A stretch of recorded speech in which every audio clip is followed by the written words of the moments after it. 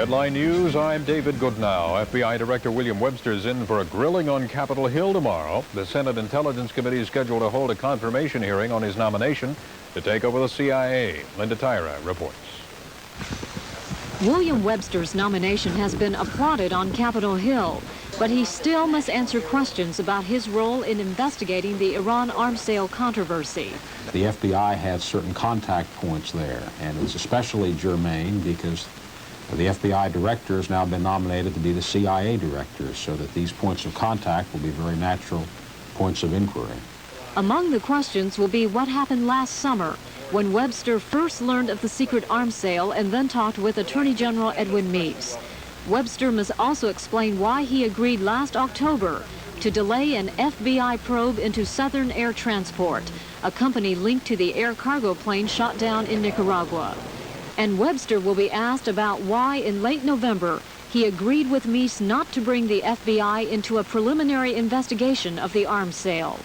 The previous nominee to head the CIA, Robert Gates, was forced to withdraw his name after running into Senate opposition over his own role in the Iran-Contra affair. The 63-year-old Webster is considered a straight shooter who has polished the FBI's image and given the Bureau credibility. But Webster has been criticized for the Bureau's surveillance of former CIA agent Edward Howard, who slipped out of sight and defected to the Soviet Union. Webster has also come under fire from Congress because of Abscam, the sting operation which ended in convictions of 6 House members and 1 U.S. senator. William Webster's personal record and integrity are expected to ease the way for Senate confirmation, but he can still expect tough questions. The chairman of the Intelligence Committee promises what he calls a complete and thorough hearing. Linda Tyra, CNN, Capitol Hill. President Reagan said that new U.S. embassy in Moscow may have to be torn down. Today, Mr. Reagan said the step will be taken if the building cannot be protected against Soviet eavesdropping. The $191 million embassy reportedly is riddled with listening devices. Mr. Reagan promised to prevent further damage to national security. The United States will not occupy our new embassy building in Moscow unless and until I can be assured that it is safe to move into a secure embassy environment. Likewise, the Soviet Union will not be allowed to occupy their new facility in Washington until a simultaneous move by both countries is possible. The president has appointed former Defense Secretary Melvin Laird to head a panel assessing embassy security. The Pentagon said Marine guards at the current embassy in Moscow are about to be called home. Now, that contradicts earlier statements that some guards have already been withdrawn. Rob Begleiter reports the spy scandal there almost blocked next week's arms talks. State Department sources say the Secretary of State considered canceling his trip to Moscow because of the U.S. Embassy espionage affair. But the White House decided it is more important that Shultz meet with General Secretary Gorbachev, who would be available only in Moscow, than to make a point over the embassy spying. Instead, U.S. Ambassador Jack Matlock delivered a formal protest to the Soviets over the KGB's infiltration of the American embassy. What we're looking at here is what is certainly a breach of the norms of diplomatic conduct. The 28-member Moscow Marine contingent will all be questioned about contact with Soviets and about the alleged espionage activities of Sergeant Clayton Lonetree and Corporal Arnold Bracey. Marine Sergeant Robert Stufflebeam, not accused of espionage but of fraternizing with a Soviet woman, has been released from his military prison in Virginia but will remain restricted. He is still considered a suspect of these violations of the Uniform Code of Military Justice. Meanwhile, the State Department let it be known that 9 American workers contracted to replace Soviet employees at both the old and new Moscow embassy compounds have been recalled to the U.S. after about a year on the job, 2 of them for fraternizing with Soviets.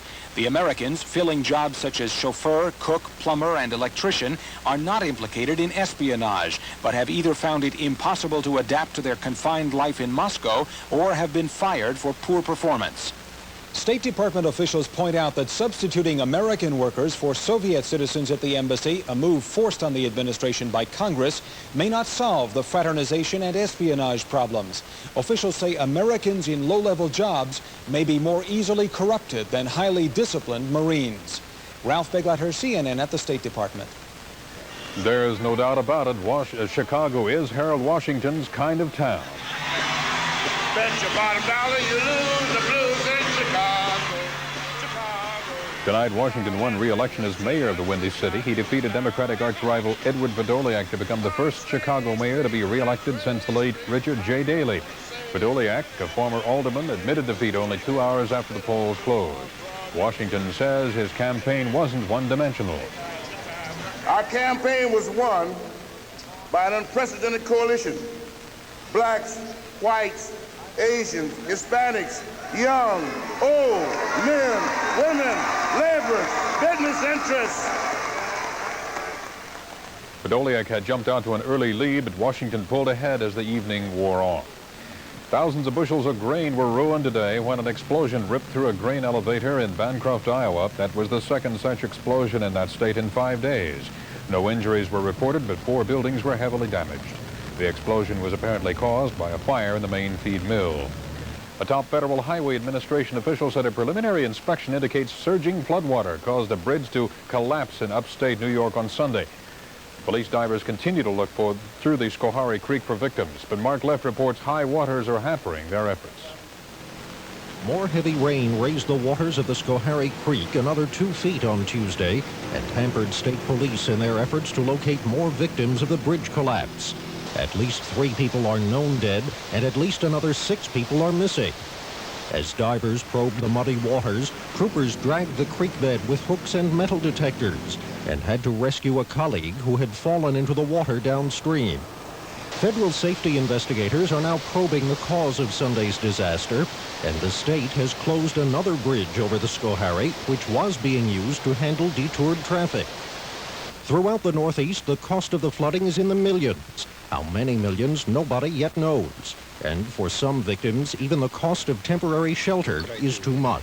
I'm financially out of, I don't have anything to go to a motel with, Many rivers are still rising, including the Charles, just a few miles from Boston Harbor. If it comes up much higher, I'll just have to shut the pumps off and shut the power off and leave.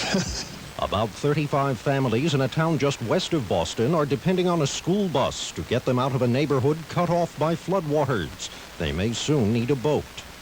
A civil defense official in New Hampshire says there's a strong potential for flooding in the southwestern part of the state. More than 500 people have been evacuated in Keene, where the water in the Tanglewood Trailer Park is already 5 feet deep. Yeah, they were talking a 12-foot wall of water coming our way, so we all were glad to get to high ground. That didn't happen, but officials do expect the flooding to get worse in the next day or so. Parts of southern New Hampshire have had more than a foot of rain in the past week. The Merrimack River south of Manchester has continued to rise, and it isn't expected to crest until sometime Wednesday. Mark Leff, CNN reporting. We'll be back.